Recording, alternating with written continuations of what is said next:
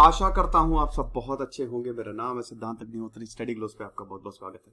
आपने zombies movie जरूर देखी होगी और ज़ॉम्बी मूवी में आपने ये देखा होगा कि एक कोई वायरस होता है जिसकी वजह से ज़ॉम्बी हो जाता है इंसान। लेकिन क्या असली में इंसान ज़ॉम्बी हो सकता है? जब उसका दिमाग नहीं काम कर रहा है, बाकी पूरा शरीर काम कर रहा है, वो पागल हो चुका है, चलता फिरता भूत।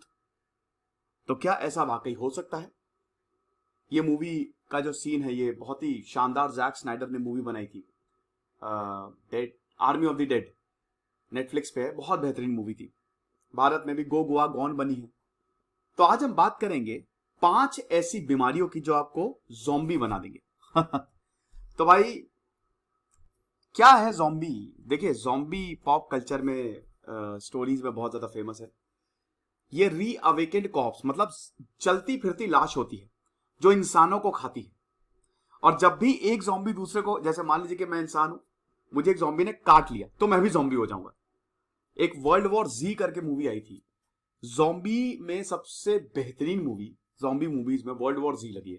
आपको बताइए आपकी फेवरेट ज़ॉम्बी मूवी कौन सी है? ज़ॉम्बी बहुत ही one of the favourite subject है बॉलीवुड, हॉलीवुड का। हॉलीवुड में बहुत सारी मूवीज आपको मिल जाएंगी, लेकिन वर्ल्ड वॉर जी में वाकई में रूह कांप गई थी। एकदम गजब के सीन्स हैं। तो ये जो ज़ॉम्बी वायरस है, ये फैलता है, किसी ने काट लिया तो वो भी ज़ॉम्बी हो गया। तो वही है कि रोबोटिक होते हैं लेकिन ये खाते हैं, दे ईट फ्लेश। बस ओनली मिशन ये होता है, फीड फीड एंड फीड। तो ये 5 बीमारियां हैं जो सच में इंसान को ज़ॉम्बी बना देता है। सबसे पहला है रेबीज। रेबीज एक बहुत बहुत ही खतरनाक वायरस होता है। रेबीज जो है ये डेडलीस्ट डिजीज है। अगर आपको किसी रैबिड, कुत्ते ने, बंदर ने या किसी भी जानवर ने, रैकून ने या काट लिया, अगर उसको रेबीज है, आप पहचानेंगे कैसे? रेबीज को पहचानने का तरीका यह है कि देखिए कि क्या जो जानवर है उसके मुंह से बहुत लार टपक रही है, अगर है तो उसको रेबीज है, उसको रेबीज वायरस है। क्या उसकी मसल कॉन्ट्रैक्ट हो रही है तो उसको रेबीज वायरस है। हद से ज्यादा एग्रेसिव है तो उसको रेबीज वायरस है। और ऐसे कुत्तों से बिल्कुल दूर रहें, ऐसे जानवर से बिल्कुल दूर रहें। और अगर ऐसा है तो तुरंत अथॉरिटीज को बताएं कि भाई ये रैबिट कुत्ता है, ये रैबिट मंकी है, क्योंकि अगर वो काट लिया तो आपको हो जाएगा रेबीज।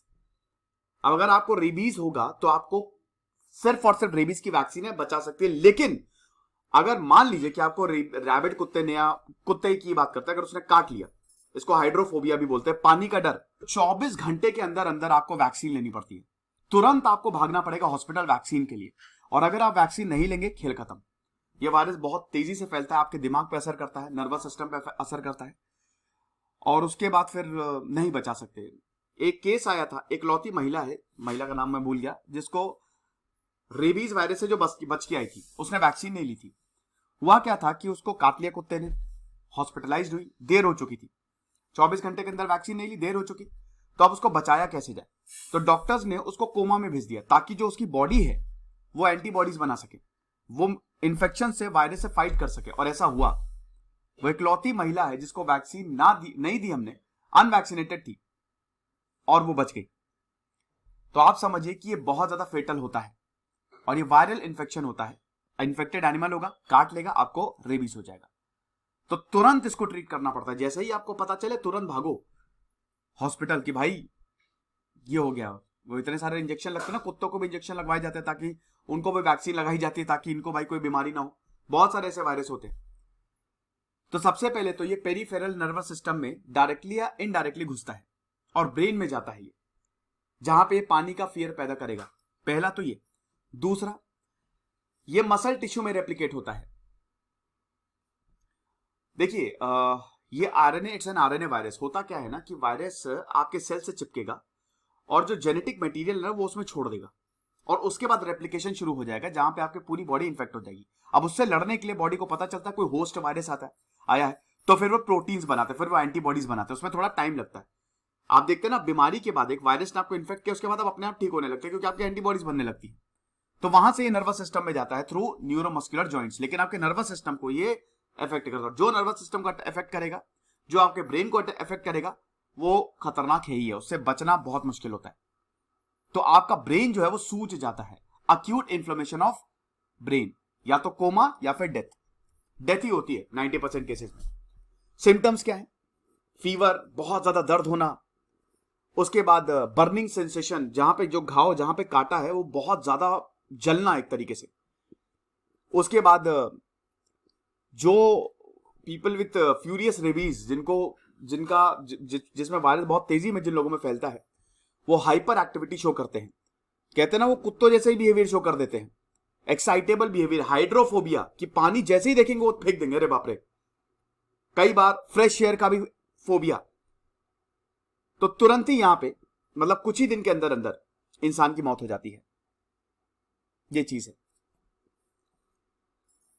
अब अगर मान लीजिए कि किसी ने काटा है और अगर उसको रेबीज नहीं है तो ठीक है, वैसे इंजेक्शन लगवाने बहुत ज्यादा जरूरी होते हैं। अगर कुत्ता काट ले तो रखते हैं ना, अब तो 3-4 इंजेक्शन में काम हो जाता है। अब ये वही है कि कैसे स्प्रेड होता है, एनिमल बाइट से। और ये आपको ज़ॉम्बी बना सकता है क्योंकि ये आपके ब्रेन को सीधा इन्फेक्ट करता है। ये चीज है। तो पहला तो ये हो गया। दूसरा है कुरू डिजीज।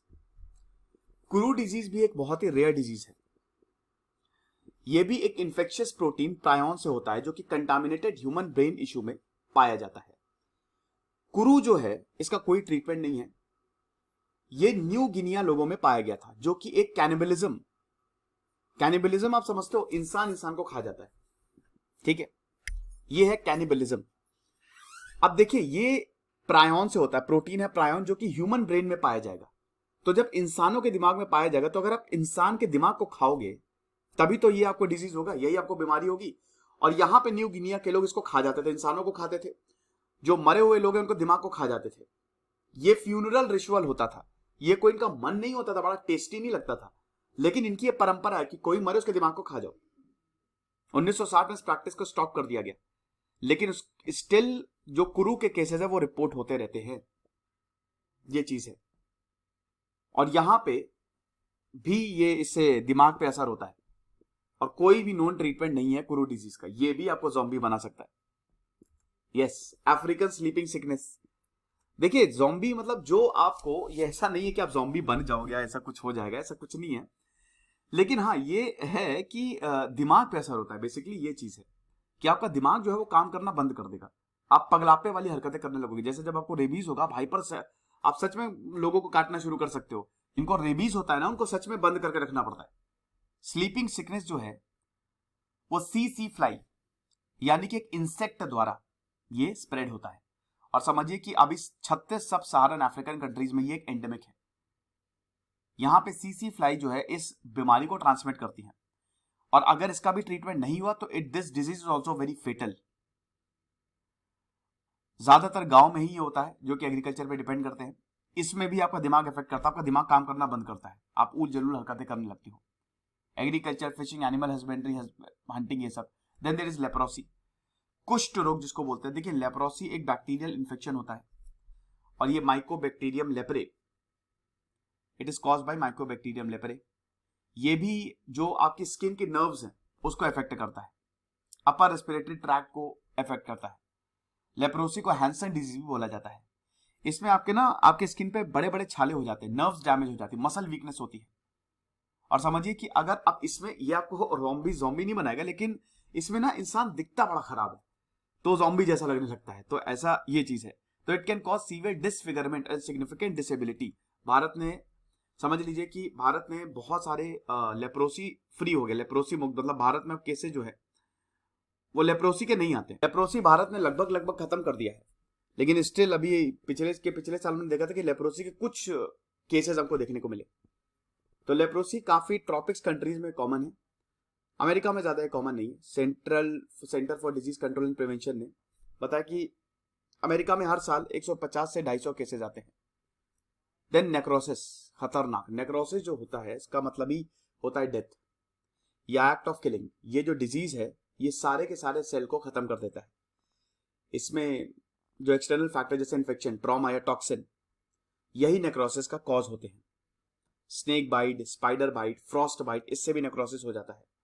तो ये लेक्चर था भाई। ये 5 बीमारियां ऐसी हैं जो आपको ज़ॉम्बी बना सकती हैं भाई। ज़ॉम्बी इन द सेंस कि ज़ॉम्बी की तरह आप बिहेव करने लगोगे, खतरनाक हो जाएगा, मतलब आउट ऑफ कंट्रोल हो जाता है इंसान। ये चीज है। खुश रहिए, पढ़ते रहिए। इधर से सिद्धांत अग्निहोत्री साइनिंग ऑफ।